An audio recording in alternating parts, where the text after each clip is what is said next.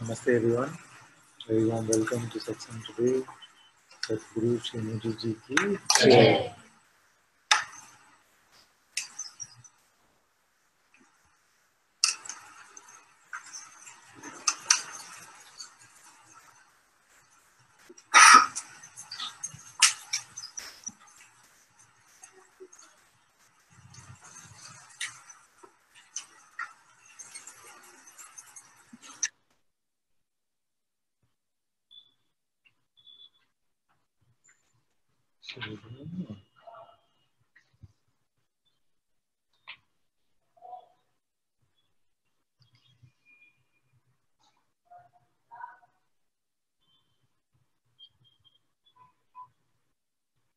We'll look at last chapter again by popular demand. We'll restart the last chapter of the Ashtavakra Gita.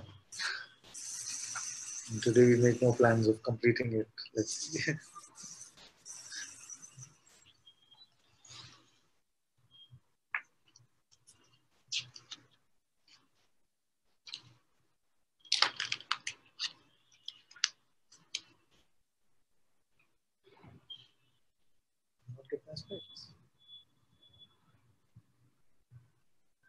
So Janaka is saying now, the chapter is called Liberation in Life. Janaka is saying, where are the elements? The body, the organs, the mind. Where is the void? Where is despair? My nature is transparent clearness. So as we were saying the other day, this is one of the most important clues. What is it that is beyond the elements? Including the space which contains them. Must be you. But can we settle for this just as a concept? It's best used as a pointer, as all of the Ashtavakra Gita. The elements. Earth, water, fire, air, and the space. What witnesses them? Is that also elemental?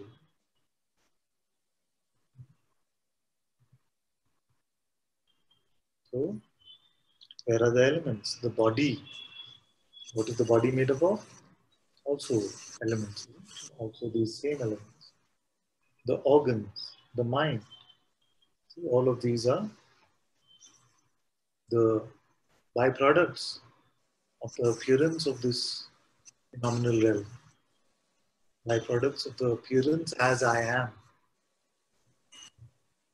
What is it that is before this I am?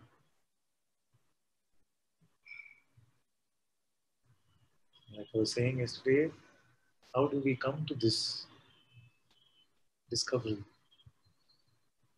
What tools can we use to come to this pure recognition of the self? If we've been told that we cannot find it in the phenomenal realm, is it even possible? At least we know what tools to discard to start with. Isn't it? If we've been told that it's not phenomenal, the discovery, it's not elemental, then we know which tools to discard. These are the tools to discard which won't help you in the discovery. The body, the senses, the mind. Because can they go beyond the phenomenon? So what is it that is beyond this? Are we then left without any support?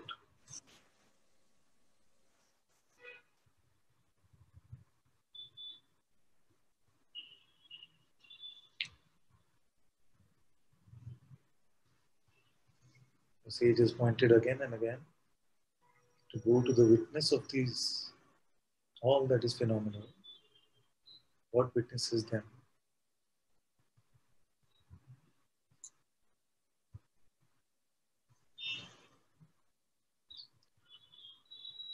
The body, the organs, the mind, the elements.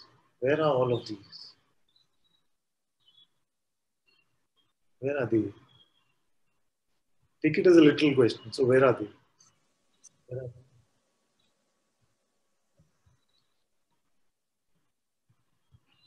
Sometimes you can hear it as poetry, and sometimes you can take the question seriously.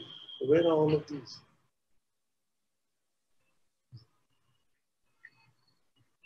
When you question where they are, then you might say they're in the realm of appearance. Why do we say they're in the realm of appearance? What is an appearance? That which comes and goes. So any of these, are they constant? Not coming and going? That is the second clue, isn't it? That which is the constant witness, and that which does not come and go. This is what we are looking for. Simple. Simple for you, but impossible for the mind or the organs.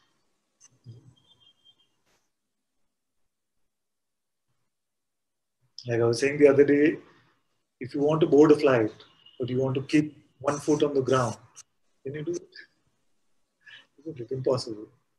So to come to this discovery and hold on to a limited concept about yourself, hold on to a mental notion of yourself, is impossible. Because the mind will mix even mud in this chocolate cake. You come to this beautiful recognition. It is I that is aware of all that is moving. And the mind will come and say, what? Can I keep this now? You see, again, what story has it told you of the same limited one? Not about that which witnesses all of this. So even this recognition, when we allow the mind to come in, it will only tell us the story of your limited identity. Trying to keep it, asking whether you really got it, whether the world can see whether I got it. Yesterday we were talking.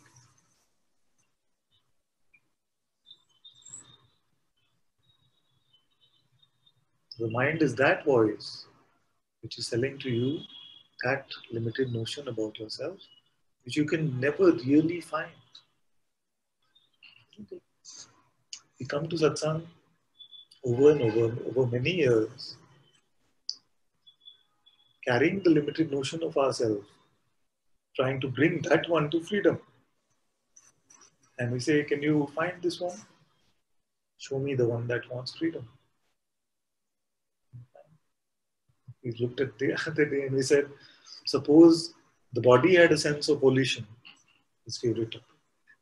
Suppose the body had a sense of choice or volition, and it could speak like that, what it wants. You see? And I give to the body two options.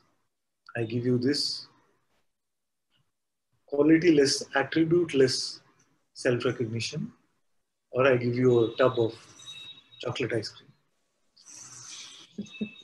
What would the body want? It will want the phenomenal, because it is itself elemental, phenomenal. So that does not want it. What wants the freedom? That which we consider ourselves to be. It's the same guy, as Guruji says, who wants anything else.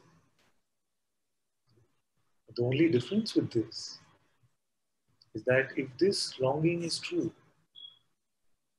then this longing will translate into the end of this desirer.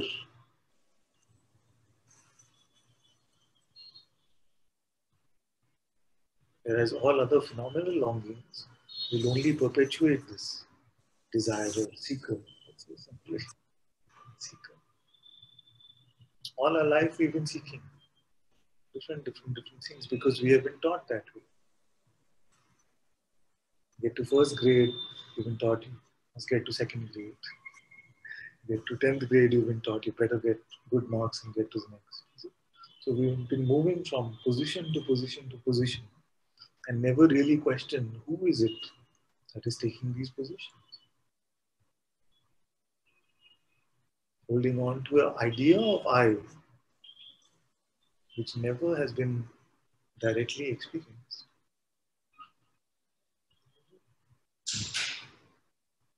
This I notion is the false I. Why is it false? Because it is neither the witness, nor does it even ever come as an experience. It's a secondary level delusion. Not even a phenomenal appearance it is. Even the body it is not. It's just a notion. My favorite name for that notion right now is the blue cat. If you believe yourself to be the blue cat, all you will want is your next bowl of milk.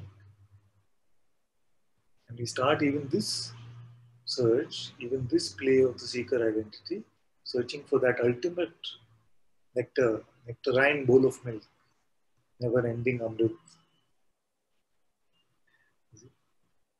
Then if you come to satsang and you say, okay, you want bowl of milk?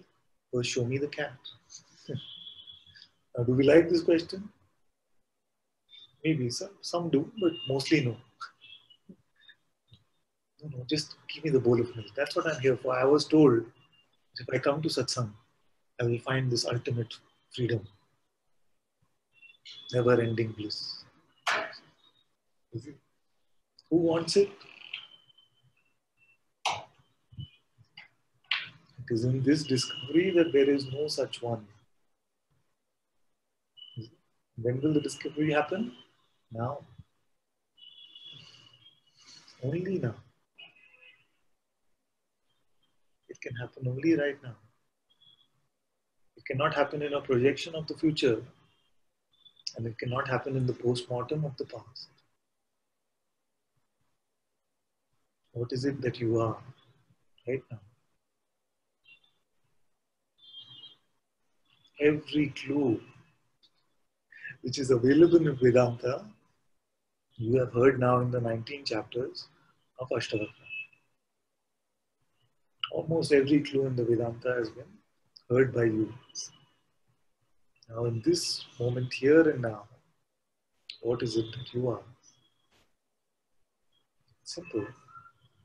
If you don't go along with what the mind is saying, but, and you don't go along with what the quality or content of your feeling is right now,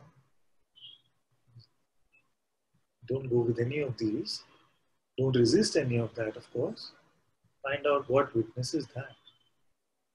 Come to the unchanging. Then truly when we use the words the unborn, the undying,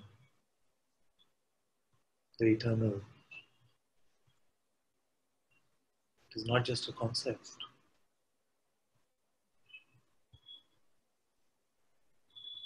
It is your own direct experience.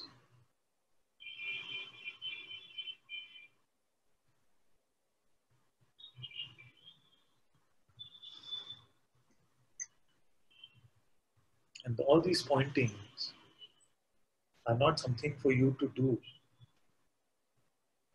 Just allow them some space in which they can enter. You cannot solve it. Like I say, you cannot solve OMI like an equation.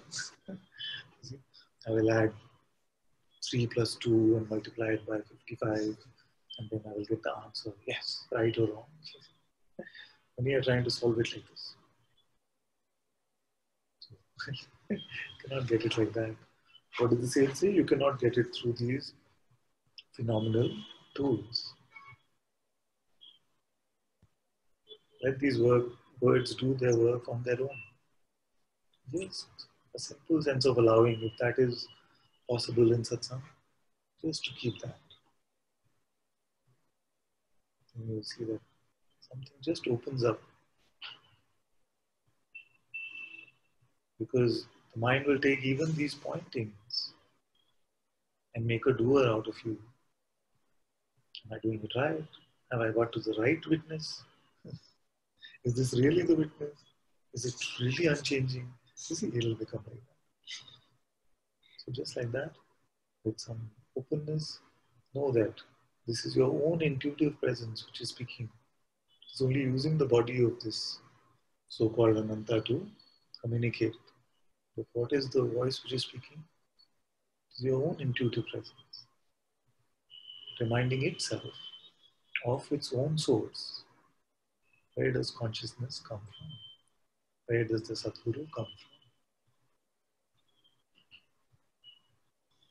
You see? So far, consciousness has been playing on this side of the field, where things are moving.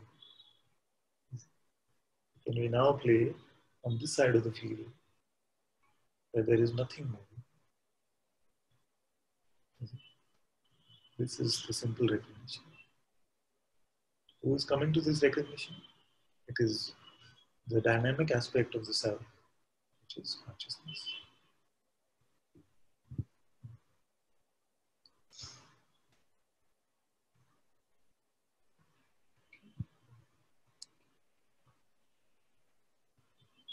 My nature is transparent clearness.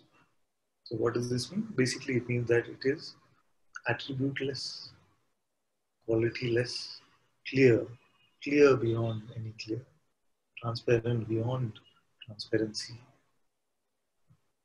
transparent clearness.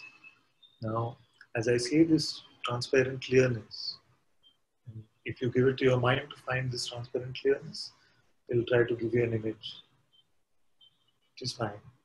Right? Something transparent, maybe something luminous, something, all ideas. But find out what witnesses even that image. And who is aware of this witnessing? Who is the perceiver of this mental notion of transparency? Who is the perceiver of this? And what is aware of this perceiving? Then you see transparency beyond any mental notion of transparency. Then you're playing on this side of the field. Where is scripture? Where is self-knowledge? Where is no mind? Where is contentment and freedom from desire? I am empty of two-ness. Where is scripture? Within a scripture, we ask the question, where is scripture? So now is the time. What is the sage pointing to? The sage is saying, now time to drop all this knowledge that we have picked up. They have been useful only as pointers. There is nothing you need to remember or know, small k know, about the self. You don't need to know mentally the knowingness, the awareness. You don't remember one verse of the Bhagavad Gita. You don't know what happened in the last 19 chapters. It's completely fine. What is it that you are now? You don't know anything about anything at all. You don't even know what you're doing here. It's completely fine. Better maybe actually. Because if you know too much, if you know what you're doing here, where you have to go, then these mental notions just get in the way, seemingly, in the part of the plate.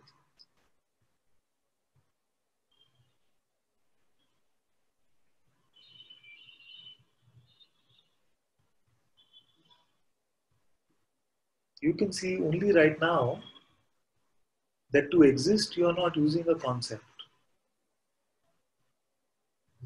Is a thought or a concept holding up your existence right now? If you forgot all language, if you did not understand your thoughts, will you cease to exist in this moment? And then, if it is just here, this existence, unaided, and this world of appearances continues to move as it has to, then what is it that is the doer? What is it that wants something? What is it that is separate? Is there any such thing? How long will we fall for the interpretation of these sensations, the intimacy of these seeming sensations? How long will Will we let it convince us that we are just this bundle of flesh and blood? That's all that's happening. I was saying to someone yesterday that you are saying that you are the body, but actually you experience the body just as a set of sensations, visual sensations and sensational sensations, feelings, pain, pleasure, whatever labels we give to those sensations. So consciousness has been caught up trying to disentangle itself from the sensation of pain and go towards sensation of pleasure. Now, are you not done with that game? What is beyond these two opposites? Is that which is aware of all of this subject to any of this? Is that not you?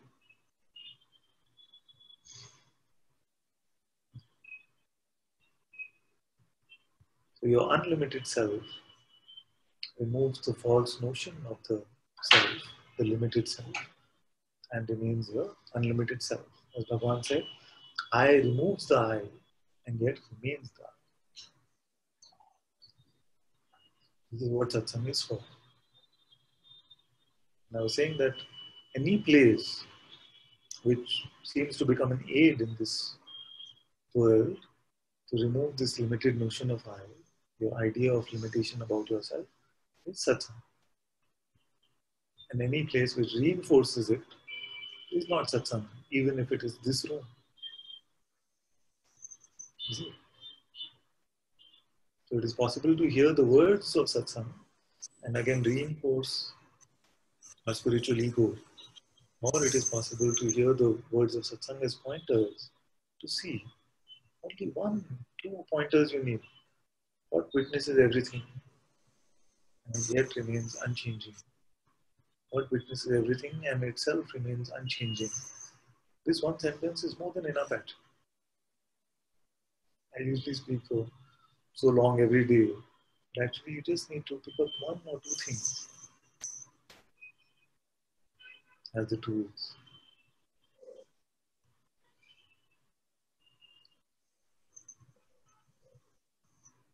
Where is scripture? Where is self-knowledge? There is no mind. There is contentment and freedom from desire. So where is no mind and contentment and freedom from desire? When you are trying to get to the no mind, what is no mind? Because the bundle of thoughts is mind, and there is no thought here. Now, mind, no mind, whether object on screen or no object on screen, but open to that which witnesses it, simply witnesses either, isn't it? So, although these concepts were useful at one point of time, you come to this seeing that whether the appearance of mind is there or there is no appearance of mind, and that as a self I remain unchanged, untouched. There is no mind. There is contentment and freedom from desire. So we are trying to, and you are also on the spiritual path trying to get to this contentment.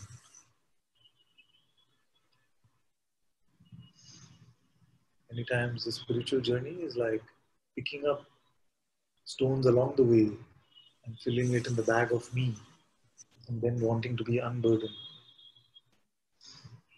Trying to do this, trying to get there without first establishing your true position right now.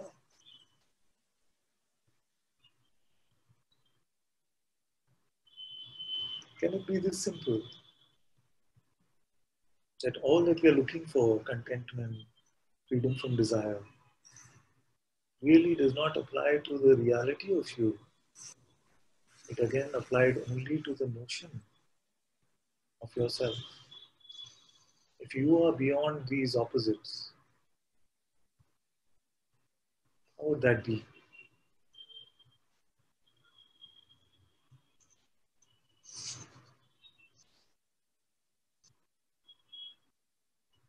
If you couldn't keep track, like we use all these things now to keep score. How well am I doing spiritually? So the days where you're experiencing good feelings, yes. And today I'm definitely awareness. You keep score. And then someday anger comes, something comes, something you're not liking at work, something happens. Then I'm losing it. I lost it. It was never true. I'm never going to make it.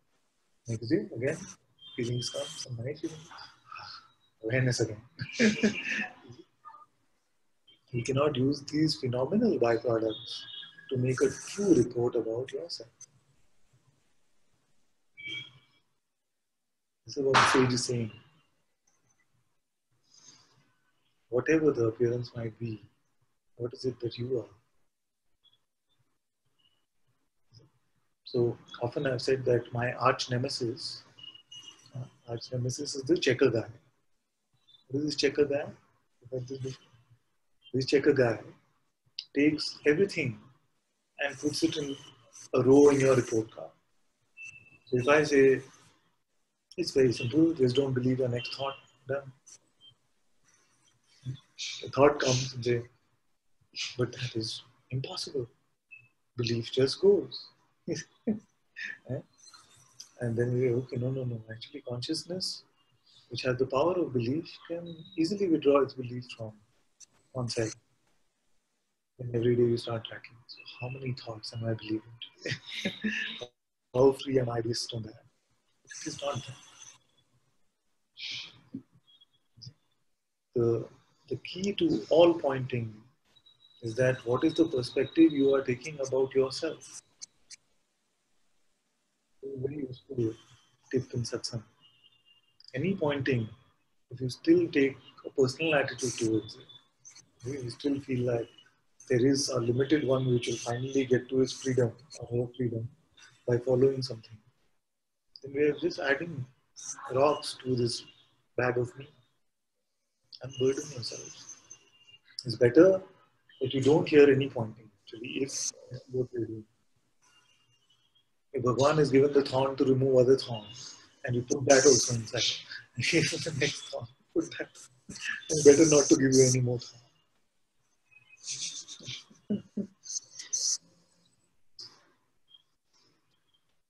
I'm just paraphrasing some of Bhagwan's example.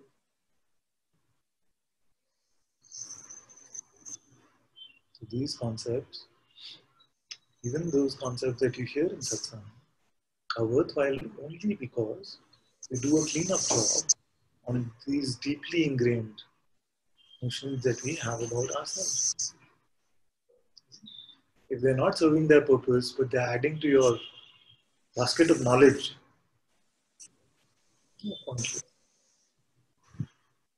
I don't want to replace the concept I am the person with a better sounding concept I am God, or the better sounding concept I am aware. I'm showing you that it is possible to exist in spite of having no concepts. And even if concepts do get picked up once in a while, momentarily, they can be picked up and they can be let go.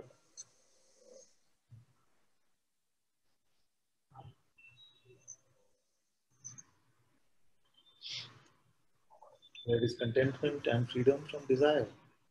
I am empty of two-ness,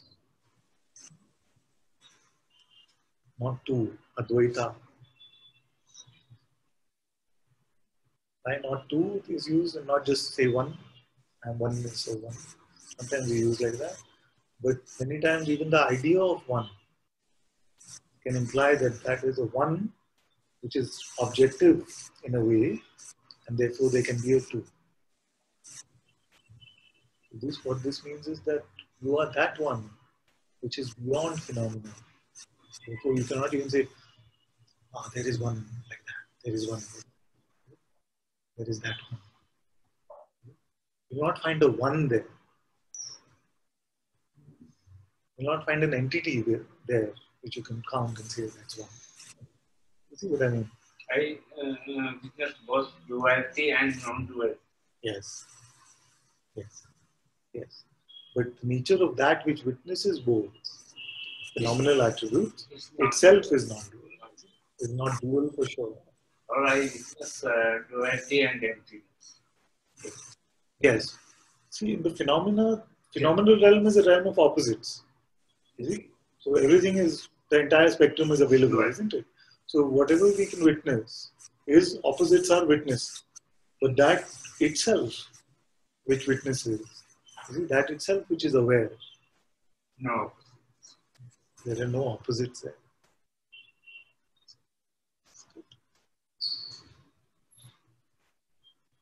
Where is knowledge and ignorance? Where is I? Where is this? Where is mine? Where is bondage and liberation? Self has no attributes. This is exactly what we were saying. Knowledge and ignorance, if they're in the play of opposites, like what do I know? You know how far we are from the sun. So whether we had that mental concept or we don't have it, doesn't matter. So that knowledge is different from this knowingness itself, this awareness itself. So don't get confused with the term knowledge. In the conceptual knowledge, how far are we from the sun? Second, it can be like a perceptual knowledge, how many people are in this room, experiential in this way. There can be an emotional sort of knowledge. How is it? How am I feeling right now? Am I feeling a sense of joy? Am I feeling a sense of boredom? So whatever the qualitative feeling might be. So there can be emotional knowledge. But beyond that, what is that which knows of your very existence? What type of knowledge is that? How do you know that you exist? Do you use some senses? Do you use a concept? When I ask you, can you stop being to experience your own beingness? Are you using a concept? Are you using senses? Are you using a feeling? None of these. And yet you say, yes, I am here. Beingness is here. I cannot stop being. Is aware of this. This awareness. This awareness. What is aware of that? Can we go as far as to ask this?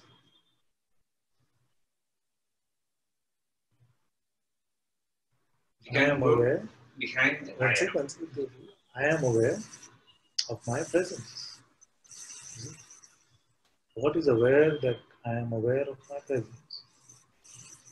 And I know to the mind it might sound like, but it is possible to have an infinite regress. It's not true. It has to stop here actually. If you're following through your recognition, if you're following with your direct insight, then you will see there is nowhere further to go. This is actually the last question that you can ask yourself. Because after this, the play of subject and object, it stops. There is nobody there beyond even presence, beyond any qualities. Awareness is self-aware. And it's much simpler than it might sound like to the mind. It is because it is self-aware that you are able to say, I am aware of my presence. To say I am aware of my presence, you have to know aware and presence. Don't try to understand these words. It will just become a big mishmash in your head. Just let them flow into you. You are aware that you exist. And it is not that you are unaware that you are aware that you exist. It's not a riddle for you to solve. It's the most natural thing.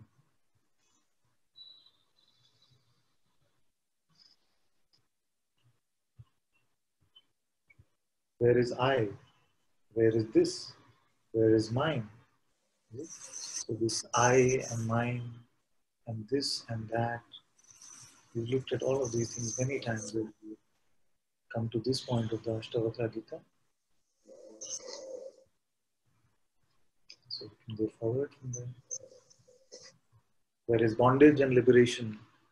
We've already discussed this today.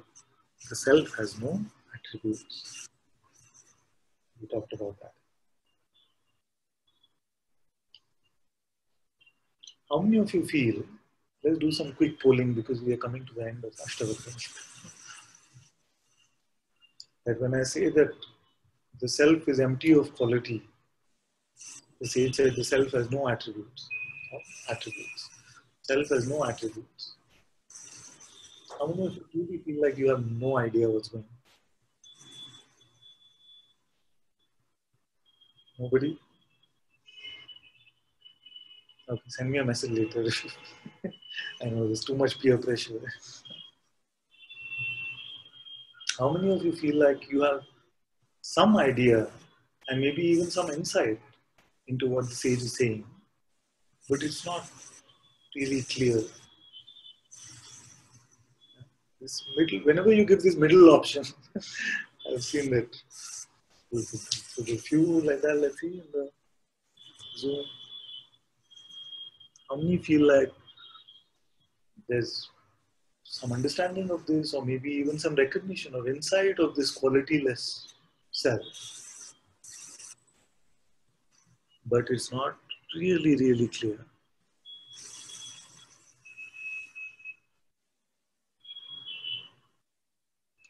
I see some hands.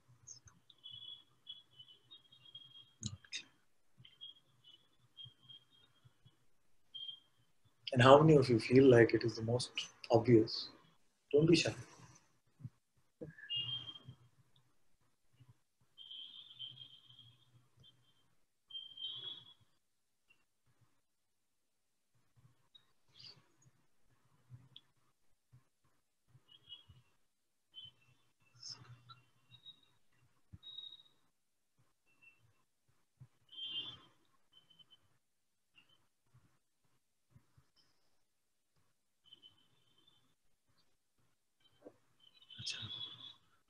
Now everybody seems to be on mute. It's fine. It's good.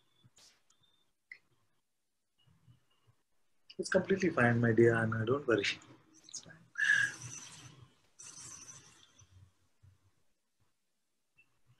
Yeah. I would say that on one hand it's like completely obvious and clear, and on the other hand I feel like I have no understanding of absolutely anything, Yes. but I'm totally fine with that. There's no problem. Yes. So let me rephrase the question. When this is said, that the self has no attributes, when you look within, is this insight very apparent, or is it blurry, or is it just, I don't know what's going on? Yeah, it's clear. Again, we are not to confuse a sort of notional translation of this. Is it? That we have enough concepts to encapsulate what is happening in there. Just that insight is important. What happens when you hear a pointer like, who is the witness? Who is aware of your presence? All these pointers are pointing in the same direction, this side of the field. That's all that is. So,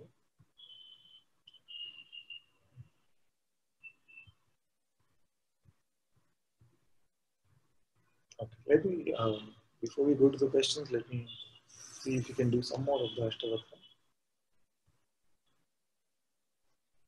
Where is the unfolding of karma? Where is liberation in life? Or even liberation at death? There is only one. Now, some of you might be hearing this, and if you've come from a traditional spiritual background, something might be going, ouch, ouch. Because if you spend a lot of time trying to understand karma, trying to purify our karma, trying to do all of this, and then there's been a lot of time which has gone into either, you see, these are two traditional paths, trying to get liberation while in this body, and the other path is to try and be as much in devotion as possible, so that at the moment of death, you merge into the Lord itself. See, liberation and death. These are two traditional Indian spiritual paths. Now, Ashtavakra is saying, where are all of this karma? Who does karma apply to? Even if it is the design of the world, even if it is the design of this play, that what happens here is that you will sow, what is it? You will reap what you sow. What goes around comes around. Even if that is the design of this world, who does it apply to? Is it the script of the movie, or is it about you? Then you see that that one that is the light of this movie is so beyond any idea of rules. Even if it seems to play in a certain way, just when we pick up the idea that it must be this way, you will see that something the opposite shows up. Many times I say no. Many times these things will come just like God saying hello. Either like a so-called coincidence with a mathematical probability of 1 in a gazillion will show up. Like, there's no explanation for it. How could it be that this is just what you were talking about and here it is? Like that. So that's like God saying hello. So many times you get these kind of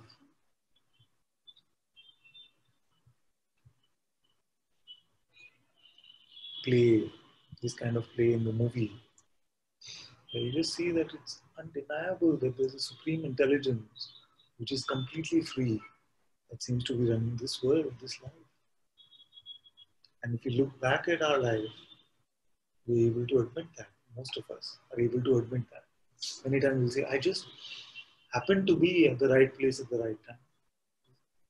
I just happened to see on YouTube video of Guruji and life is changed. Beautiful things. But we can never, not never, but mostly we are okay with this to make this kind of statement about the past. But the mind very rarely is able to use that to surrender everything in the future. That mala burning, just move that light away from.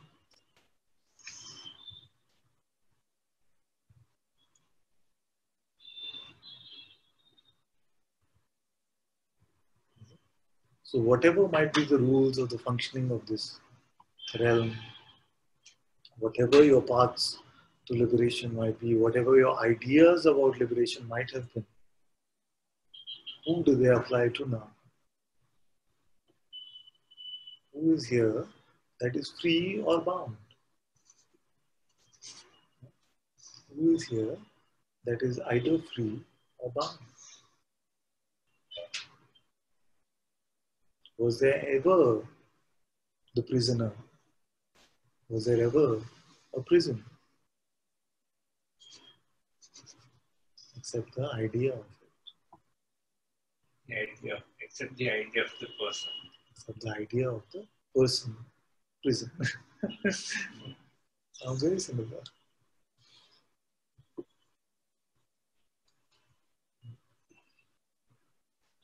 But even though it is formless and it is mysterious and unknowable, it has got the attribute of knowingness. Yes, exactly. That can be called an attribute. Exactly. That's why we use the term knowingness for it. We use the term awareness for it. Yeah, not so much as an attribute, but the nature of it itself. The nature of it itself is awareness. Yeah. The nature of it itself is this knowingness. Same thing. Right? So it is not why I don't say it's like an attribute or a quality, because it is not something that it has. It is itself that. It's not a quality, then it could be replaced by another quality, or you could add one more quality. It's not like that. It is what it is. Suppose movies having blue color. Yes. Blue is the attribute, but moon is Exactly. Moon is the moon, but blue is the attribute. Exactly. It is Here not now- the attribute, this is in nature. itself. Now this is radical for the mind because the mind was also playing a part in this spiritual seeker, expecting to find the self as if you will find something phenomenal. Luminous being, some special halo, something, some fireworks, Experience. Kundalini chakra, something. Is it? But then when it finds this which is empty of all qualities, for the mind, it says, but you found nothing. Is it? That which is the complaint of the mind is the beauty of this recognition. That which is the complaint of this mind, which is that you found nothing, is the beauty of the recognition that you found is now no thing. Only are hearing what I'm saying. So that which is frustrates many of you, and I see that it's like I'm not finding it, I'm not finding the self. You see, if you really investigate the root of this I, you find this just aware, no thing. What is it? Because this is the witnessing, it is unchanging, everything else comes and goes. See, all the clues, when you check back with all the clues, you will see tick, tick.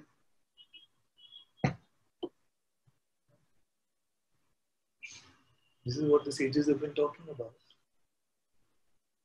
Karma doesn't apply to it. Liberation doesn't apply to it. All of this has been notional based on what we believe about ourselves. We have believed ourselves to be a limited identity and played as if we are that. And now we are dropping that belief system.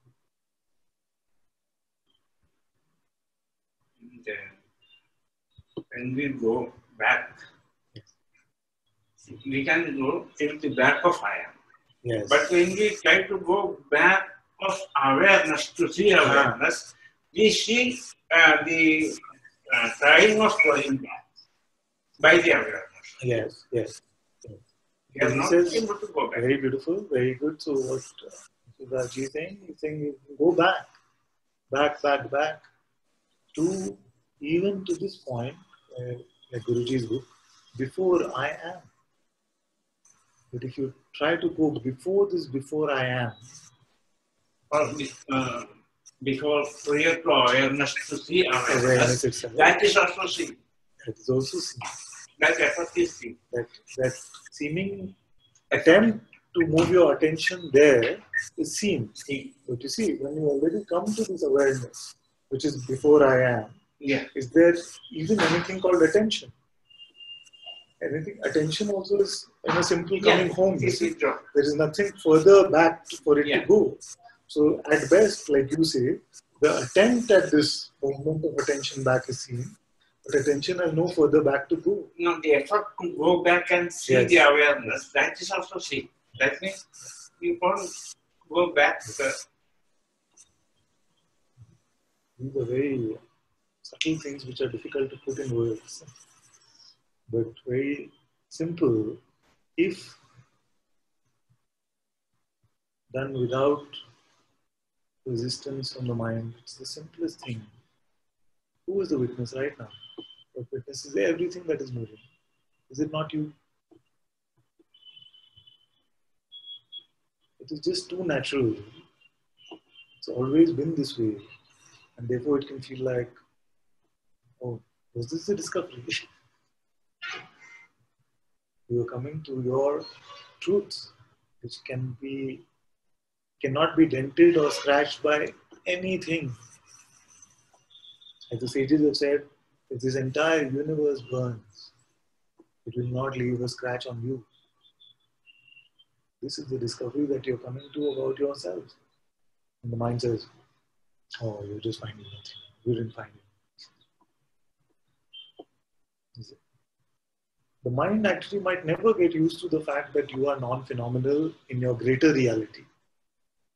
Although the phenomenal is also part of your reality, your greater reality is the non-phenomenal. Why? Because that is the unchanging. Your phenomenal reality is constantly changing. Even the basis for phenomena, the sense I am itself, comes and goes. But this non-phenomenal self is the unchanging. That's why we call it the greater, not in size. It is beyond time and space, beyond size. So, but the mind is not designed for that. The mind is designed to be an interpreter of phenomena. Now that's why I said we are using the wrong tool if you're trying to find the self with the mind. Dig as much as you like. You will come to the end of reason, and beyond reason you will find yourself. Beyond mind and intellect, you will find yourself.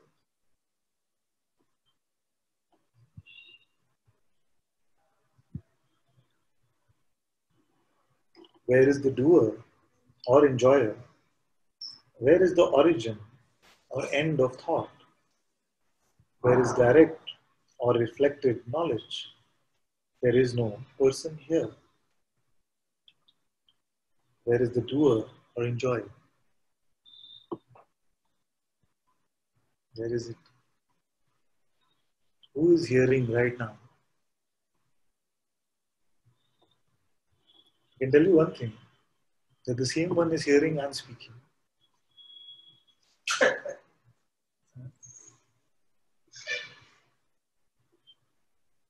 There is only one. Consciousness speaking with consciousness.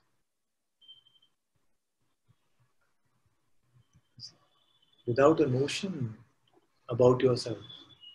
This is your perceived reality also. This is what you are seeing. But many times this is not what you are saying.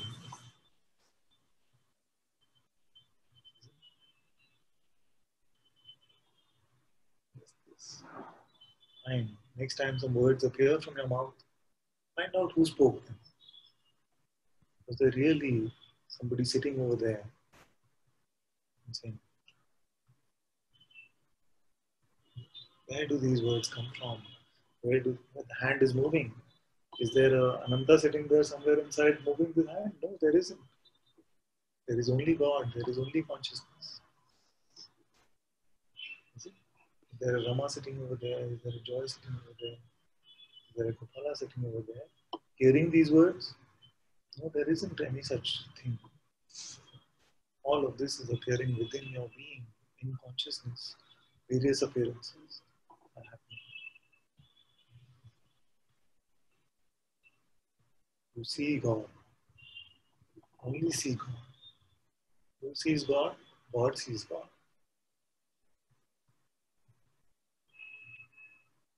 The mind is designed to be the seller of the but. But.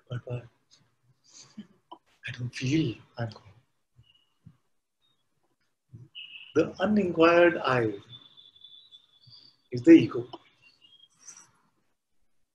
This is the notion that we pick up about ourselves without looking at who that really is. Because it cannot withstand an inquiry. The ego cannot withstand true inquiry, open inquiry. You will see that there is nobody there. I say, where are you? Yesterday someone was saying, I'm something inside my body. Where? Where are you? What are you?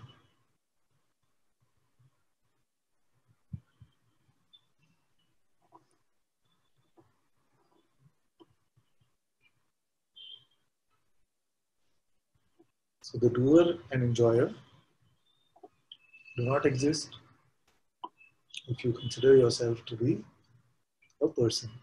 If no person exists, so that's why I like these simple examples like the blue cat. Why? Because when you say, many of you will say the person doesn't exist. I'm pretty clear about that now. But how do I get rid of the doer identity?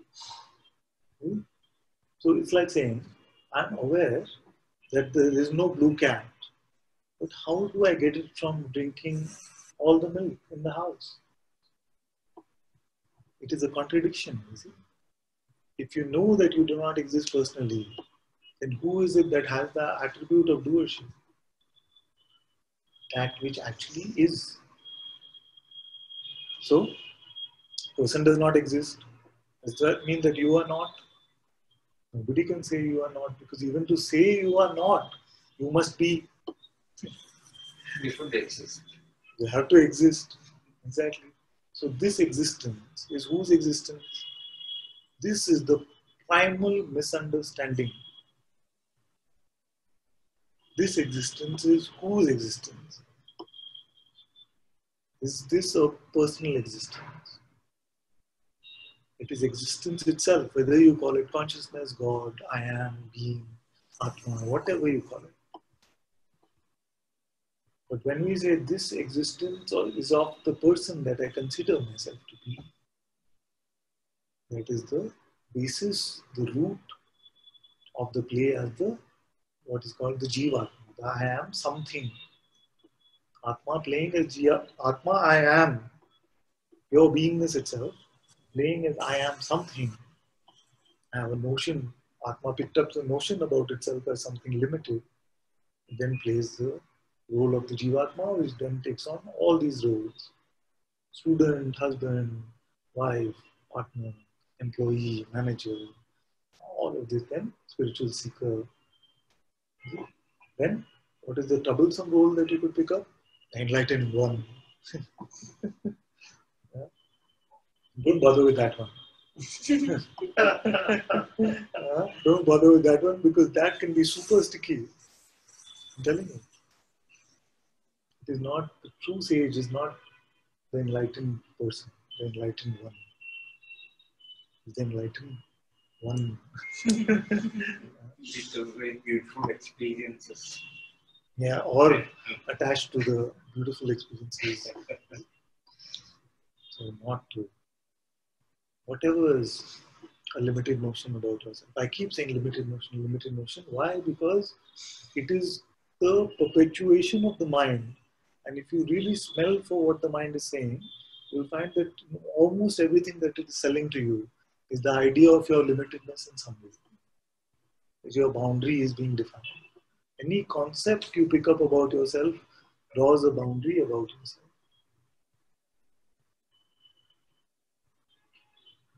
It's trying to create a line in space and saying space starts and ends in this.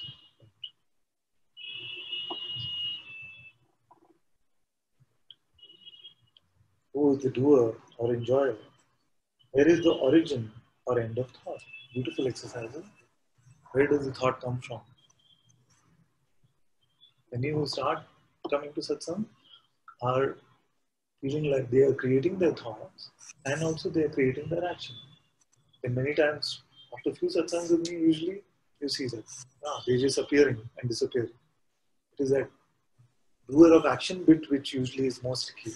But we'll come to that also seeing, where you see that just like these thoughts are appearing and disappearing within consciousness and going back into consciousness, same way the actions are also appearances appearing within consciousness and going back into consciousness. That's why when Guruji says, you're neither the thinker of your thought nor the doer of your action, then it will make sense. You start to see that all of these are just appearing, and the mind comes either pre-event or post-facto, trying to take credit or blame for what happened. But actually what is happening is just a movement within consciousness.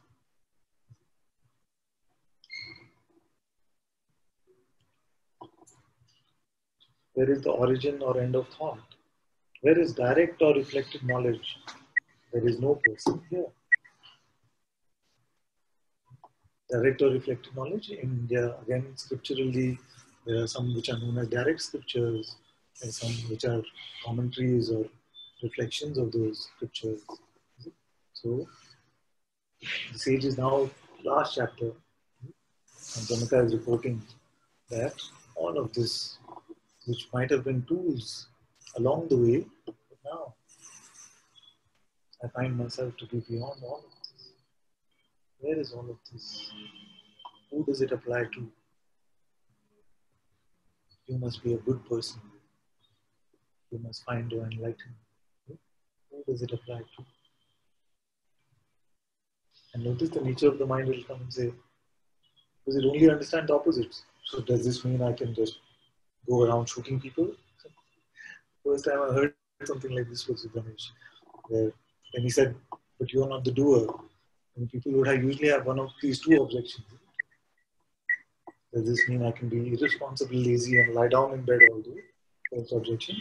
Second objection used to be, but does this mean that I'm not responsible, I'm going around shooting people? Krishna has told. Huh? Krishna has told because there is no death and distribution. That's an interesting perspective. There is no doer of this action. And yet, the play of consciousness continues to move. Mind comes and says, do this, do that, don't do this, don't do that. Now, if you were to even statistically keep track of this, you will see that this doership will fall away. Because how many times have you decided, I'm going to do this? One of my favorite examples, and maybe because it happened here, was how many times did we decide at work, when I'm going to work, I'm going to tell my boss, this, I don't like this. And you show up to work and you're standing in front of your boss and say, oh, sir, what can I do today? What is there for me? So this whole idea of decision-making running this life is quite fraudulent. If you were to even investigate it statistically, you will see it doesn't come. Many times you will see that exactly the opposite of what the seeming decision was seems to happen. It's just the fear of lack of control, lack of personal control, which makes us unwilling to look with openness about this. Something clicks a button somewhere. What happens if I open up, hand over this existence to existence?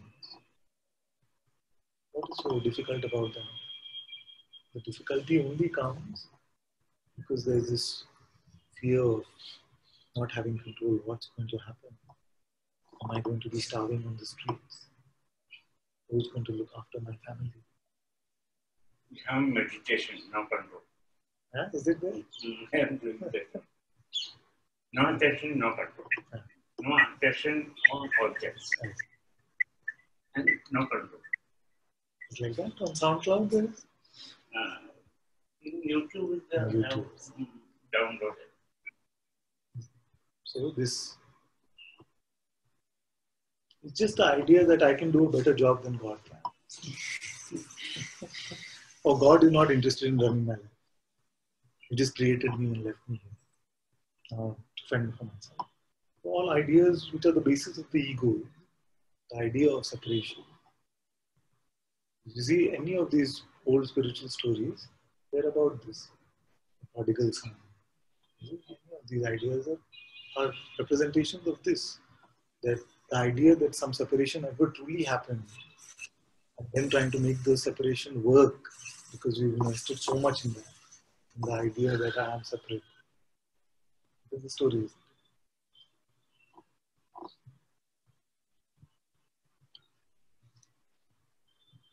There is no person here.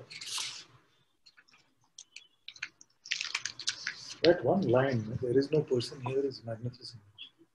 I know that we are jaded with it after thousands of satsang. But there is no person here. I have to say it a bit dramatically so it goes in. There is no person here.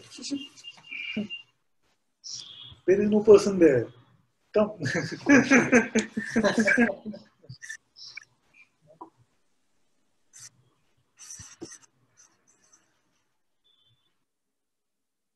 If there is no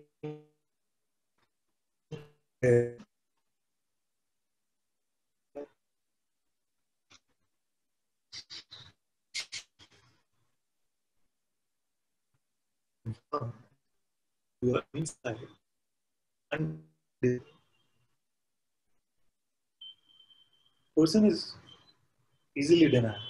You look for 1 minute openly, you will see there is nobody like that. What is undeniable?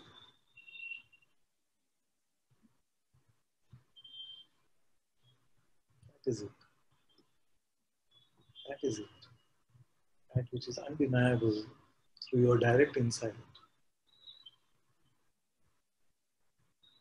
Now that has been interpreted by the mind as something personal, Yes, sir. as the individual idea, and now you're seeing that there is nothing personal about it. Body sensations do not create a boundary for it. Anything that are appearing in this seeming outside world make no dent on it. The appearance of any feeling, feel no pleasure, doesn't touch it. You are. I am that I am. Only God is. And yet, what a holy truth this is, that I is beyond even I am. Sometimes it's easy to become jaded with the words because we hear them so often.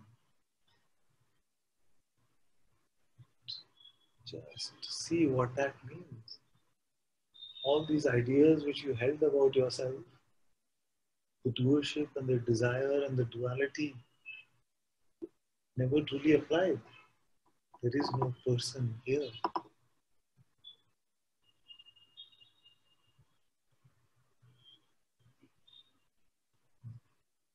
And yet you are. What must this you be?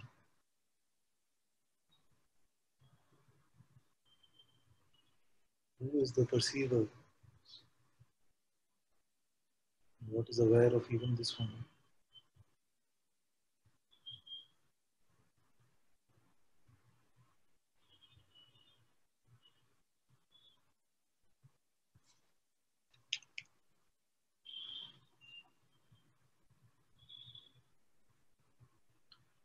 Actually, as I'm getting older, I'm starting to understand also more and more why scriptures like Ashtavakra, even the Upanishads, were not so regularly openly shared. They were almost kept in secret. Because once you come to this, and if it becomes just like regular, oh, there's no person, we can talk very well, Advaita, we can speak very well now. There's actually no person. Yeah, like, we've heard this now thousands and thousands of times. So it can feel like, yes. The person only itself tries to play the role of consciousness in the way. The thief trying to catch the thief. Yeah, I know there is no person here. But you have to hear it. The pristine innocence of a child. You are not an individual entity. No separation ever happened.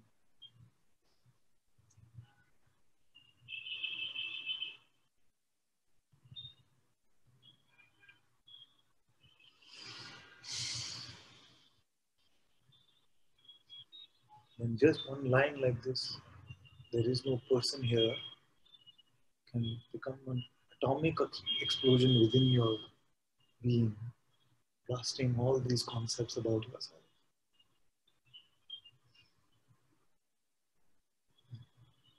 With the same line can become the rocks in your spiritual bag.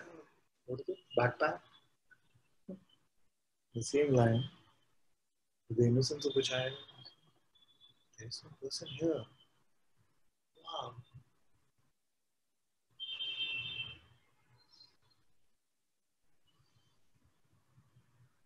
What is there to believe about yourself?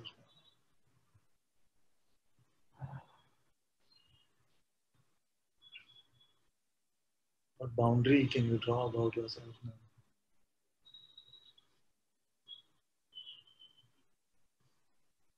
Actually, Mr. Gautam has actually told one sentence.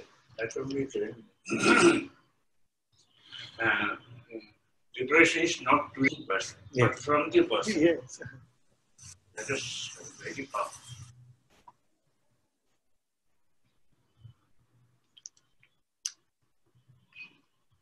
Where is the world? Where is the seeker of liberation? Where is the contemplative? Where is the man of knowledge? Where is the soul in bondage? Where is the liberated soul? My nature is unity. Where is the world? Where is the seeker of liberation? Where is the contemplative? Where is the man of knowledge? Where is the soul in bondage? Where is the liberated soul? My nature is unity. We've looked at all these aspects.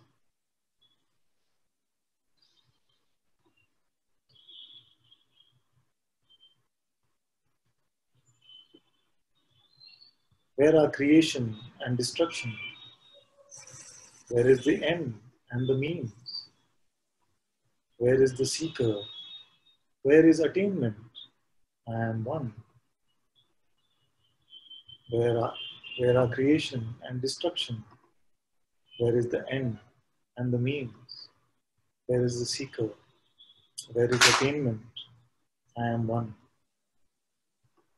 So when you start to look at this life, empty of the personal lens, what is your experience? Even your, that which we call our daily, day-to-day life, which we take so much for granted. Do you realize what wakes up every morning? Who wakes up every morning?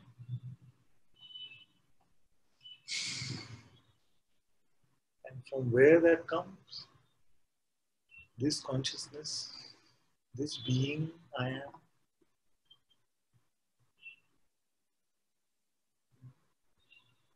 with the waking up of this being, you see that the world wakes up, the universe wakes up. So the sage earlier said that I am that shoreless ocean in which the arcs of this universe, they go up and down, they appear and they disappear.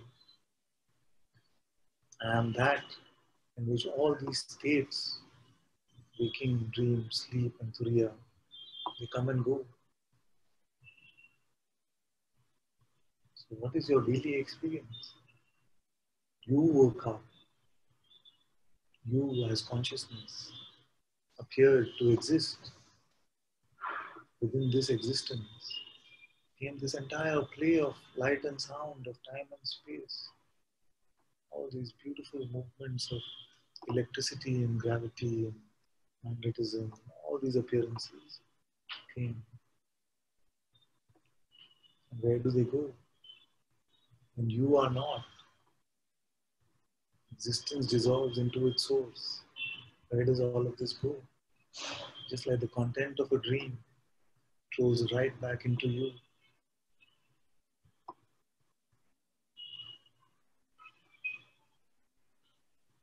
This simply empty of the lens of personhood, you start to see the world in this way. You're living day-to-day life, which seems so mundane for the person. You see it is full of these wonders. This is the Leela of God.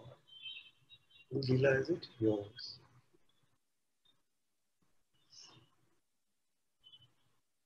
You don't feel like, oh, there's a God who's playing the Leela and you're just an object within that play.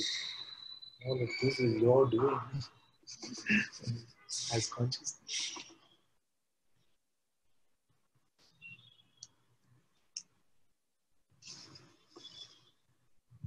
Creation and destruction. Where does this happen? Where is the end and the means? Where is the seeker? Where is attainment? I am one. Where is the knower? Where is knowing? Where is the known or knowledge itself? You see that when you come to the self, the knower, knowing, and knowledge, the known, these distinctions, they fail. So that it is beyond the subject-object relationship. Don't get confused by the words. All I'm saying is that there is an object which you perceive. Therefore, in that object and you are the subject of that. Now, who is the subject of this subject? Who perceives this? You. You perceive an object. What perceives this perception? That's why in the Upanishad it says, who hears hearing? Who sees sight?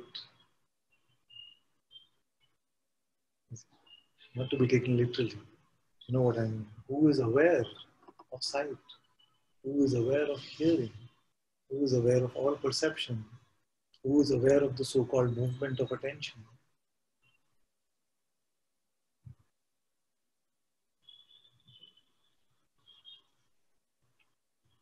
You will find that there is no distinction between knowing, the knower, and the known. There is no distinction between subject and object.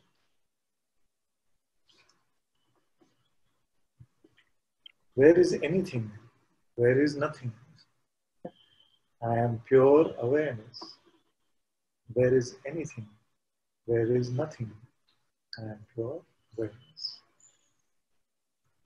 Where is distraction, concentration, knowledge, or delusion? Where is joy or sorrow? I am stillness. Where is distraction, concentration, knowledge, delusion? Again, why is the sage saying all of this? Because it is trying to drop all this, trying to get to a focused mind, to have these certain practices. The Janaka is saying, I see what I am. Beyond this entire play of trying to change or trying to control my attention, trying to control my senses, trying to control my mind, distraction and attention. What is it that you are?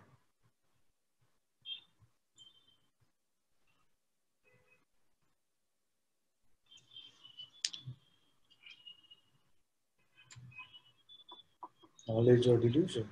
We talked about that. There is joy or sorrow. I am stillness.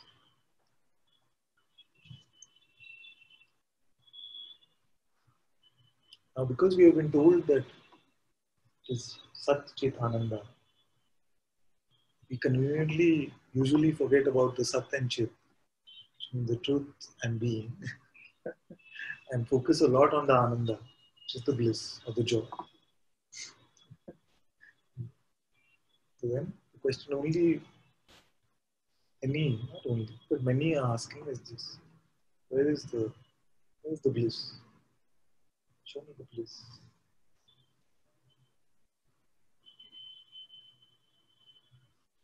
So I want to tell you about 3 types of bliss.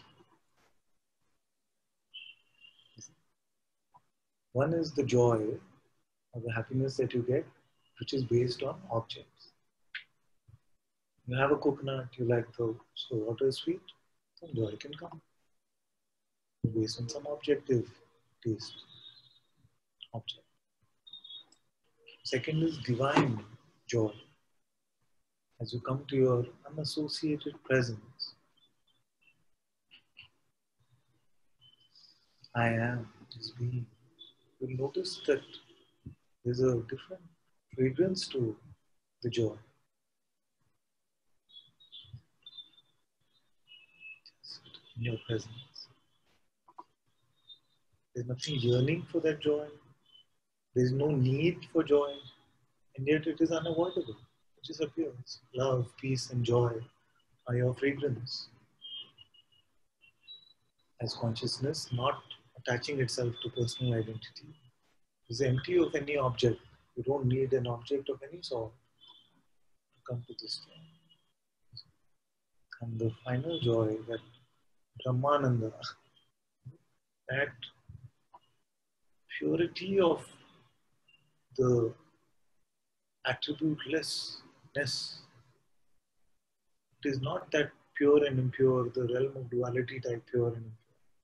This, which is beyond being, that which is just aware. This joy is not something that can be really spoken about. Beyond even the joy of existence, this joy of the self.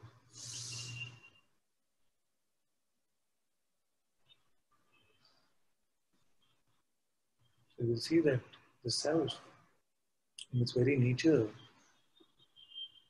is joy. So this Ananda is like quality-less Ananda, but how can I make sense out of that for you? You have to taste it for yourself. And your presence, this joy is unavoidable.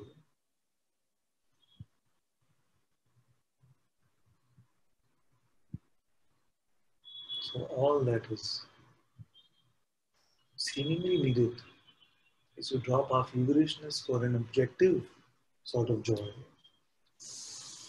And you see that in its simplicity, there is nowhere for this divine joy to go, but to be in service to you. Love, peace, and joy are in service to your presence.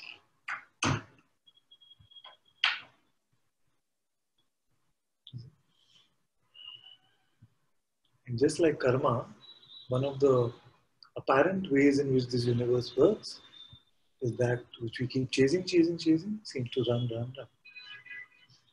So we keep chasing, joy, then joy seems to run, run.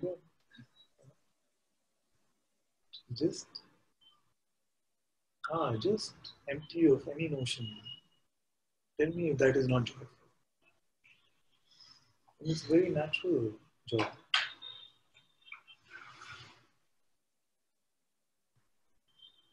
That Ananda, Sat Chit Ananda. A simpler way that I put this is, you worry about Sat and Chit. Ananda will take care of itself.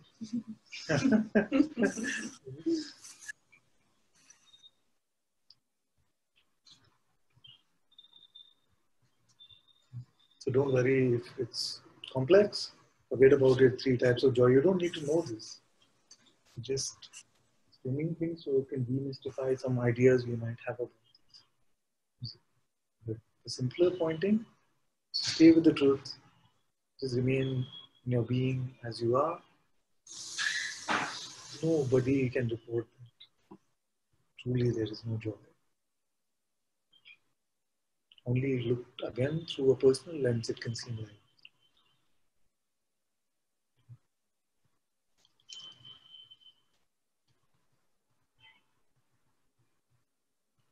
Okay, maybe enough of, we can leave a few verses for tomorrow. There are some questions in the chat which I want to look at. Also, if there are some questions in the room, we can look at those.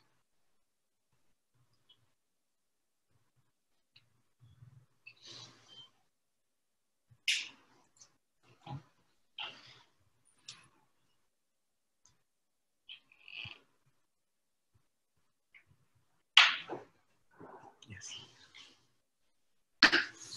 The question, Shweta says, Guruji, I know it's aware of all the happenings and of the one that is observing, but not sure if it is quality less.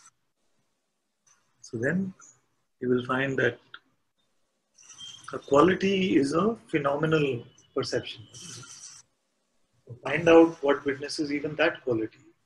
If you are coming to a point where you see that, yes, this is the one that is witnessing all that is phenomenal, and yet itself, it doesn't seem to be quality less, it seems also to have a quality.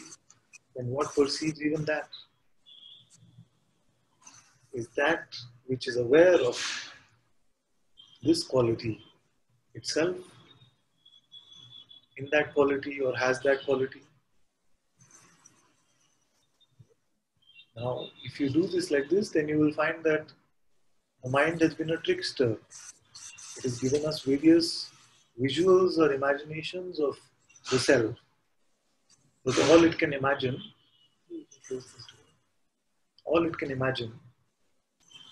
is something with quality. So if I say empty of qualities, then the mind might create a visual for you which is like this bleak, black, empty space. or it can create this white light, all pervading. But neither of these is the self. These are also perceived. These are also qualities. I've come across many who have got into this sort of a mental trap where they pick up the concept I am awareness as a concept, and they pick up the visuals of this seeming awareness, which is this big empty space, black or something like this, as awareness. And then getting through to them is difficult in the play. It's difficult because they're holding on to the concept of awareness, which seems to track very well with the notions which you read about awareness and even the scriptures. Empty of quality. You see? But find out what witnesses even this. If it can be said to be big, for example, what witnesses the bigness? Is that big or small? Is that big or small? If you feel like it's a dark, empty room, but an unlimited, huge room, then what witnesses the darkness or the lightness? Qualitylessness is something that your mind will not fathom. It'll keep offering up visuals to you. Its solution, its interpretation of this. What witnesses that? Then you will say you cannot put a word to it. Even empty, all these are just pointings we have to use. Then you can't say empty, big, small, 1, 2, nothing. Not even nothing you can use. You're going well, keep on this scent of the eye. Keep following the witness scent. What witness is this? What witness is this? You follow the scent, then you will see that you come to this, which is not in time, not in space, doesn't have a shape, doesn't have a size, doesn't have a color. You cannot visualize it, you cannot imagine it, and yet it is undeniable because it is you. There is nothing less than that in this play of Satsang.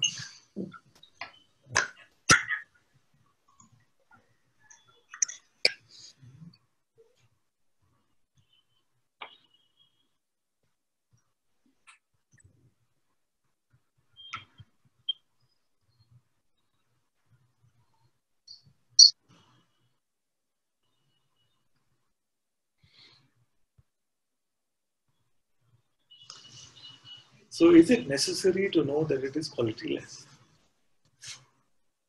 No, not really. It's just as you come to this simple recognition about what is it that witnesses everything,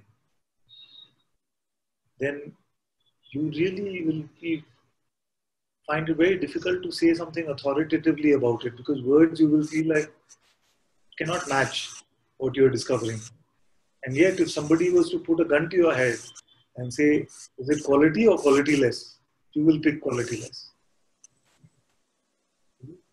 Are there 1 or 2 there? You will pick 1. It's not a true answer, but it applies more properly. You see what I'm saying? It's subtle. You see what I'm saying? So between the 2 answers, it has quality or it is qualityless. Actually, ultimately, both answers are false, because nothing truly can be said about it. But between the 2, qualityless is truer. In a phenomenal explanation of it, in a phenomenal pointing of it.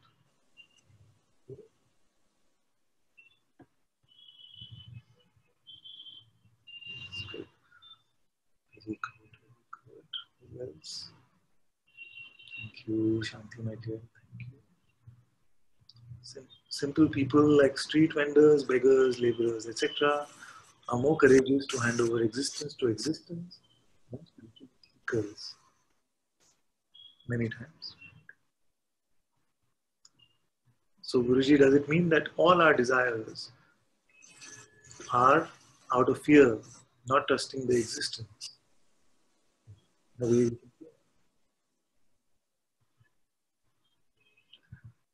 Father, with respect to body, not the day and night, waking, etc. How to relate I am of an infant to a seeker I am. I treat I am as from first breath. This I that treats I am in some way, that I am. How do you treat the notion of I am? Find out who is the carrier of the notion, whether it is from birth or whether it is from waking up this morning. I am, or it is this morning. Who is carrying this notion in their basket right now? That is I am. Yeah? Who is believing this or that? Who is that? That is I am. It is you. I see some of you struggling with the words I'm saying. No, that's why I said don't try to understand what I'm saying. Don't try to compute them. Don't try to store them. Don't try to query them for output. Just allow them to work on something is happening on its own. Come simply, openly to Satsang. All effort can be dropped here. Just a simple openness. Something is doing the cleanup job. The intervention from your mind is not needed. So no struggle, because you will not get this. You will get it, but you will not get it.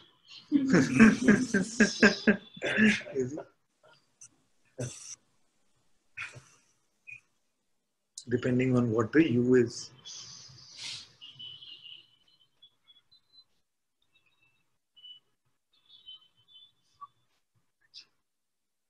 It's Pushpa's birthday today. Happy birthday, my dear. If Anil sees this, please wish her the very best.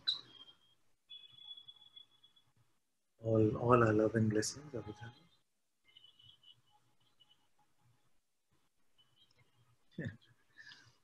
Shweta says, I have one more question, Guruji. Two actually. Can I ask, please? Yes. Can I unmute my mic? Yes.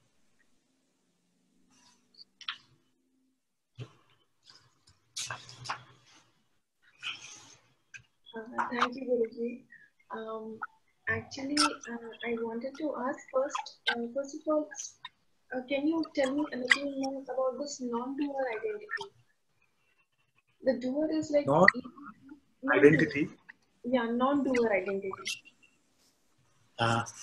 You mean, like usually I say that many times when we hear about non-doership, we pick up a non-doer identity, isn't it?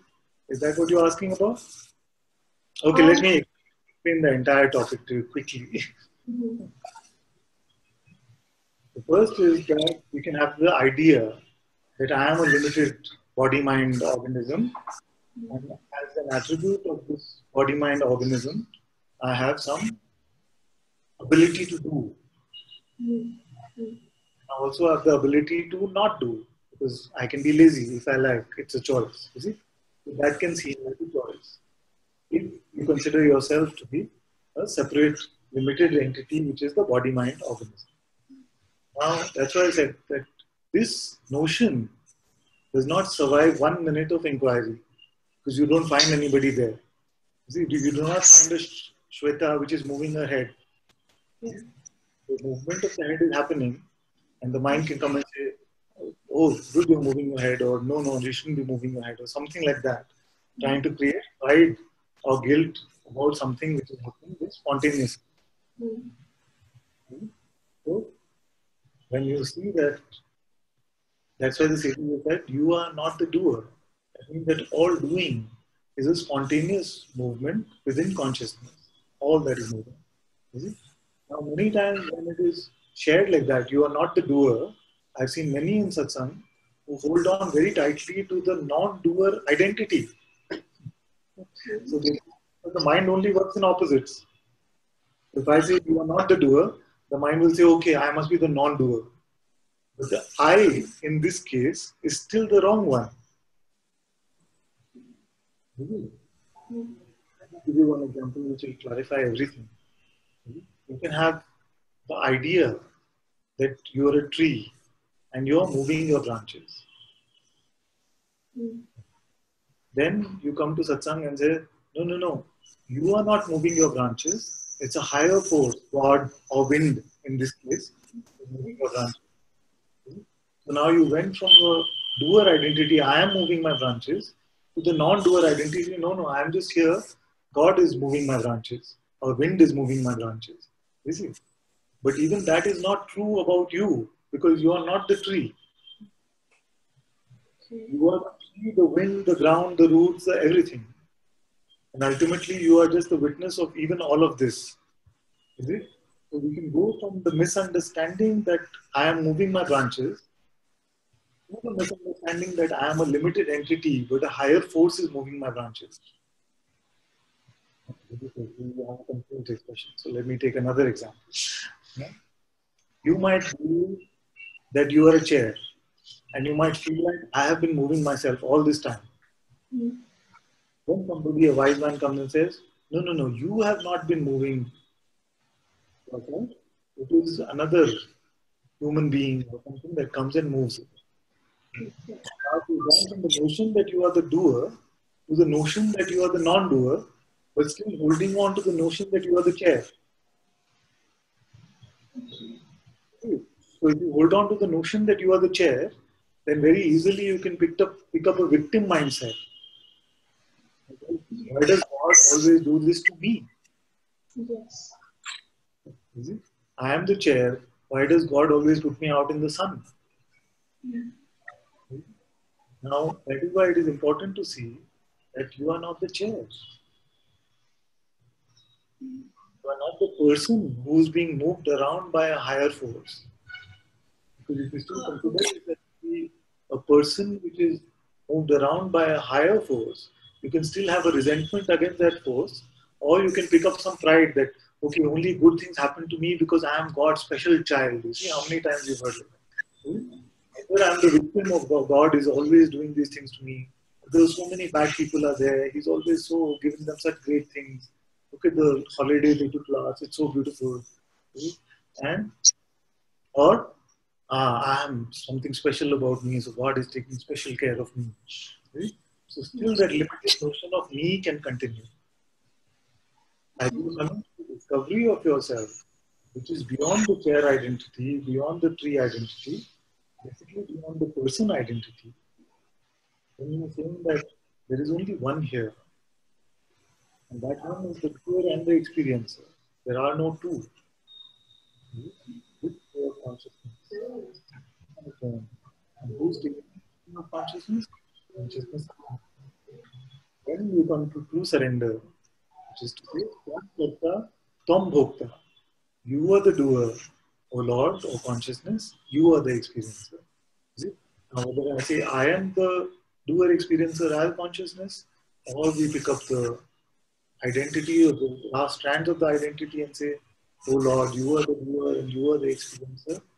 This is full and complete. When you said you are not a person, in that second I understood that, and then it went off.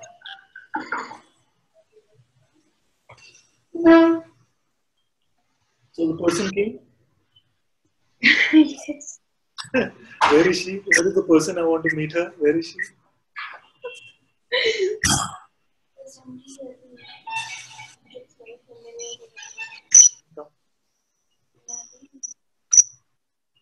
Maybe Gopala, can you invite them?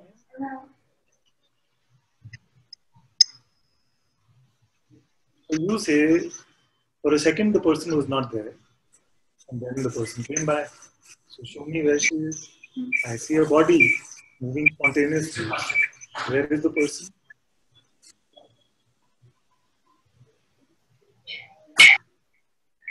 What I mean, okay, let me clarify the question. Because still this, you can still count this as you're new to satsang.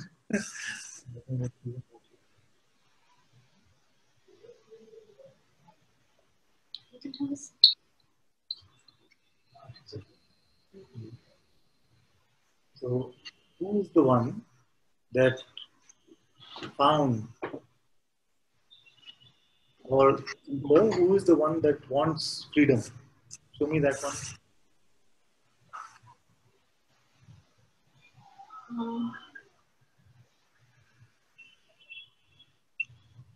I don't know, maybe the one that we call mind. Say, the one that? We call mind. Is there such a one? Or is the mind just an appearance? When a thought comes, we say mind. When thought disappears, we say no mind. Is there really such a one that we can say exists as a person, is persistent in some way? Is there some real entity like that?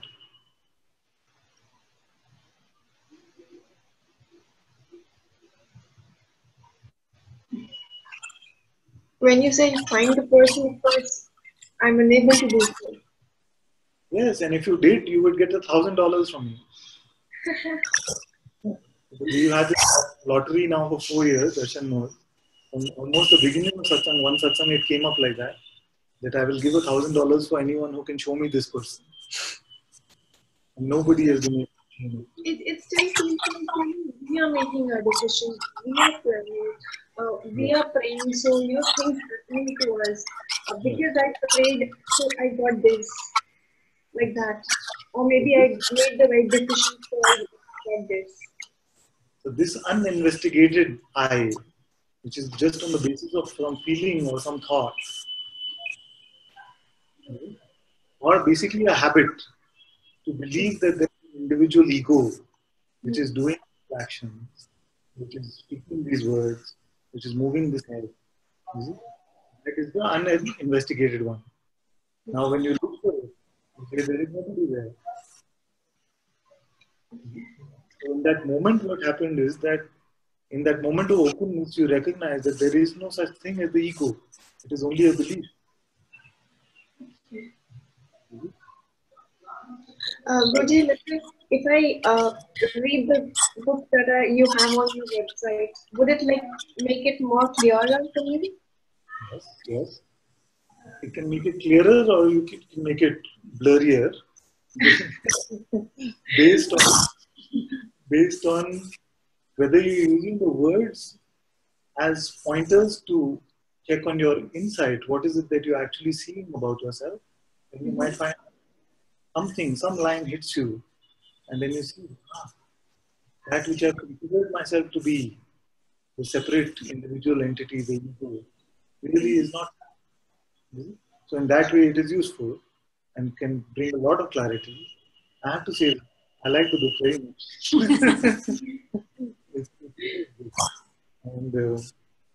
and if it is used to know more about spirituality or Advaita and pick up concepts about awareness and consciousness and who you are, then actually it is just adding to the spiritual ego in a way. No, actually, these concepts and all, it's adding to the frustration. It's like I don't want words anymore. I just want to know it. Yes. Like from my own experience, I want to know it. I don't want words because no matter whatever you tell, I cannot still understand it clearly. Only through my own experience, I can understand it clearly. Whatever you might be saying, I'll be only imagining. Yes. Yes. You captured the problem well. Now, that is why the words are not to be used in that way. If I say, what is here right now? Only to your direct experience of that, and don't use any inference, judgment, conclusion, anything from the past or projection from the future. What can you say right now? What is here?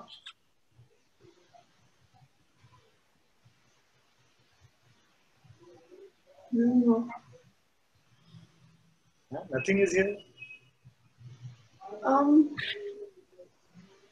The things that seem to be objects are here. The thing that seems to be, me, my body is here. I don't know, whatever I can perceive. Good. Slowly. Now you have to do this very slowly. Okay? So you say that the seeming outer world is here. There's so many seeming bodies who are sitting in Satsang. They are here. Then this body is perceived. Is it? Then some thoughts might be perceived. What is your most immaculate perception? Is it the sense that you exist? The most intimate perception. Sorry? What is your most intimate perception? What is it that one unchanging perception as long as you are awake? One constant that doesn't come and go. The world might keep changing, the body is constantly changing, the thoughts are changing, emotions are changing, everything is changing. Is there something which is unchanging? The one that perceives, maybe? Very good. Very good. Take out the maybe. Very good. Very good. So that which perceives all of this changing, is that itself changing? No. It's not changing. Now, It only what can you say about that one? This is exactly what I mean. This is exactly what I mean. You're playing on this side of the field. Suppose it's a soccer field, okay? This side is all the moving parts. So we put the world in, we put the body, we put thoughts, emotions, everything. Now some attention has gone to that which is the unchanging. Now stay with that. Stay with that and tell me what can you say about that one. Don't bother what your mind is saying, don't bother which feelings are coming, nothing. All can come and go. That which perceives all of this movement, what can we say about that? it's just there. It perceives everything. It is at what distance from you?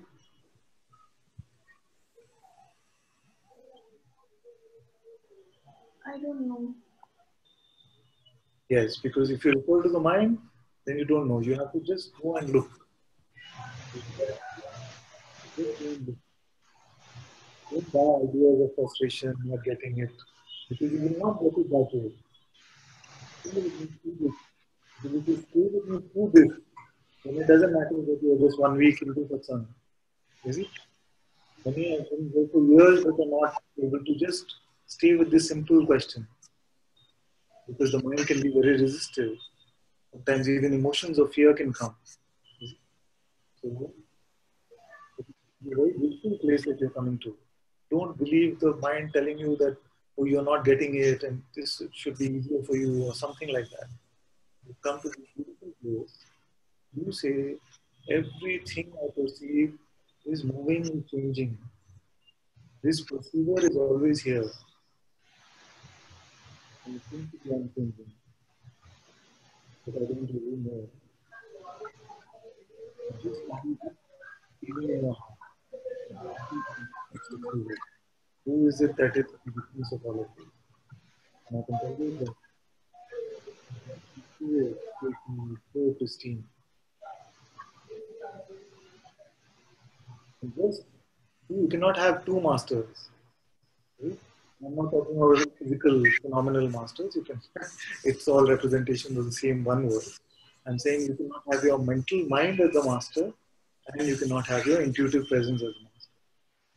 You follow the journey from the head to the heart, isn't it? Which means what? We go give up our allegiance to this mental voice of limitation. We go to our intuitive presence, our intuitive Sadguru, which is the heart itself. Not the physical heart, not the physical head, but otherwise what will happen is that you're trying to ride two horses at the same time. You're hearing this voice, and I know that there's another voice which is coming, which you're hearing as well. See? That one, you just let it come and go. No room for me. Not Ananta, but your own intuitive presence. Make some room for that one, and then you will find that, this is so straightforward. There are many who are in Satsang, many in this room and on this Zoom, who also started off like this with the feeling, I'm not getting it. And these words are not helping. You see, like some frustration can come. Right? The main job of these words is to wipe away any attachment to the moving part of the field and bring you to your pristine, unmoving, unchanging self.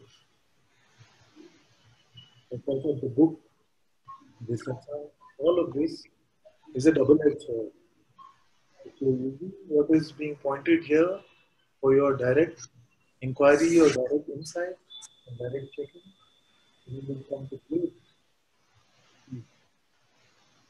But if you're using this like a classroom to understand more and more like a geography thing, okay, what happens, what's to the left of America, is awareness over there, what's to the right, you see, which ocean, Pacific or Atlantic, then it becomes confusing. Yeah. So I don't want this to become like a geography class. You have to say before I am is awareness. You see, all these words like that can be very confusing. Yes. You are just like where you're supposed to be looking. Like a simple finger. If it is moving, don't bother about it for some time. If it is changing, don't bother about it for some time. You came to the place where you saw there is a ton of this. It is unchanged. But mind will do everything in its power. It will do everything in its power for you not to look there. It will make a frustrated seeker out of you. It will make a special seeker out of you. It will make a victim out of you. It will make all kinds of things out of you. This is the moment of truth in a way. Just let this voice of separation come and go. With a beautiful question, which was, at what or where are you in relation to this which is perceiving everything that is changing? What is your relationship with this perceiver? Will you contemplate this and report back soon? Yeah, but I'm still like unable to understand because these fears, these desires appear, right? So like mostly dealing with fear. Like if I think that let's say if there is a certain thing not very going on very smooth between me and my boss, if I let's say respond in a certain way, it might have a certain consequence. If I respond in a certain way that is, you know, nicer to him or her, it might have a certain consequence. So let's say the worst consequence could be I would lose my job. Then if I lose my job, I won't have my money. So all these are consequences, which are like if I say that I'm not making the decisions, those are like happenings. So there is something that feels that at that point of time, in that moment, I'm making the decision to be either to either express my anger to my boss or be a little little subdued or a little subtle and express the same thing in a different way. So it feels like I'm making the decision in that moment. Yes. So this is exactly what we are looking for, isn't it? What is the I that is making this decision? You cannot rely just on the notion of it, the feeling, oh, it feels like I'm making it, or I think I'm making it. Show me this I. If it is true, it must be here. If it is It true, looks like the mind is making from past influences. I didn't get that part. Can you repeat? It looks like the mind is making the decision from past influences. If I do this, it might not work out this way like that. Yes. So the mind is a bundle of thoughts. It is giving you the option. Go Yes. left, because left is better. Oh no, go right, because right is better. All these options are coming. Mm. Who is looking at this mind and deciding who is the decision maker? It looks to me as if it's the mind itself who is the decision maker. If the mind itself gives the option and decides, then why does it need to give the option at all? It already would know, isn't it? Yes. Do you need a voice to talk to yourself? No. You need a voice to communicate with yourself. It's like you pick up the phone, huh? And then you say, oh, it's you. I'm here. You see, why you need a voice to communicate with yourself? Like that. So just some of these questions might seem strange to you because maybe you're not completely used to the terminology, the vocabulary. So I'm trying to make it simple for you to grasp this. So just like that. So if the mind is speaking and the mind is deciding, then why do we need to do that whole process of speaking and deciding? Already we know, isn't it? The speaking, the what is coming from there and the decision is coming from there. Cannot be. Yeah. You see, the mind is sending this message. It speaks in one voice and gives you, okay, do this, or don't do this. You see? And then something is attention to this mind. Something is due to this mind. Who is that?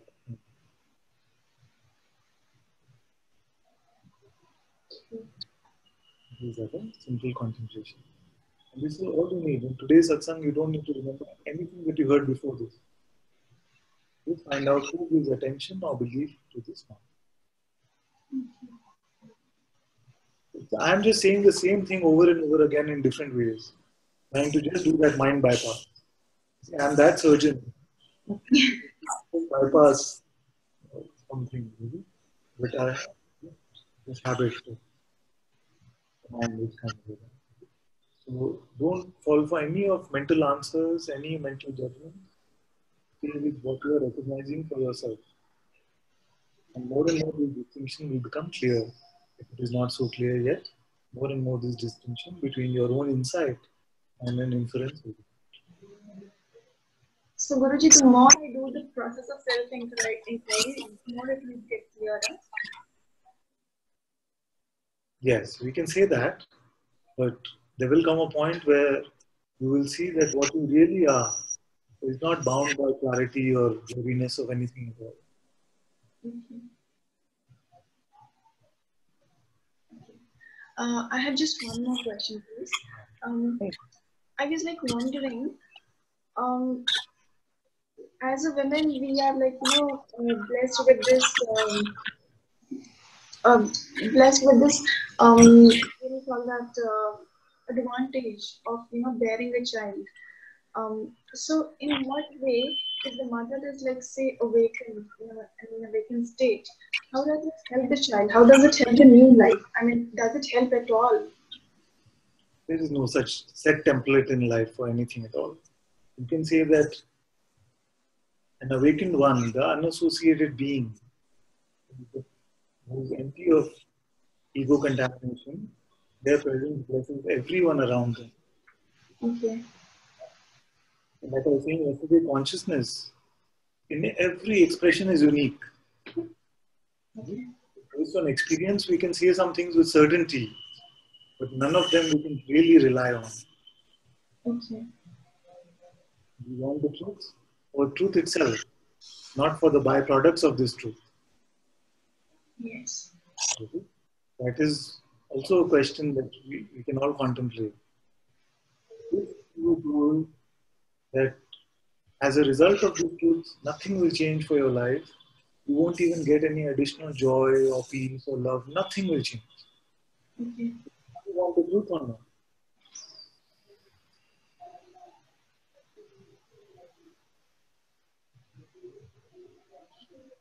Take some time and contemplate this question. You see? Because then you will see that the future identity has been after not the truth for truth itself, but for the byproducts of this truth. Yes. There comes a point where you see that as long as I see the byproducts of this truth, the truth seems to be elusive. Yes. About Satchit Ananda, you keep chasing the Ananda and not worry about Sat and Chit. Truth and being. I am telling you, guaranteed. Okay? I am guaranteeing it to you because something is looking for a guarantee. I am guaranteeing it to you. If you put your attention and focus on Sat and Chit, Ananda will come. Not only for you, but everyone around you. They might not admit it to you. The presence of one who is free blesses the entire universe. Not the child. There is no such template that you have to say, okay, it has to be that way. Okay, so you mean to say like in the presence of the awakened one, everyone benefits. It's not just this person or that person. And whenever it's in the play of the Leela in ways which are beyond the mind can understand. Okay. Thank you so much. Very good. Thank you, thank you, thank you. Okay, it's been a long satsang.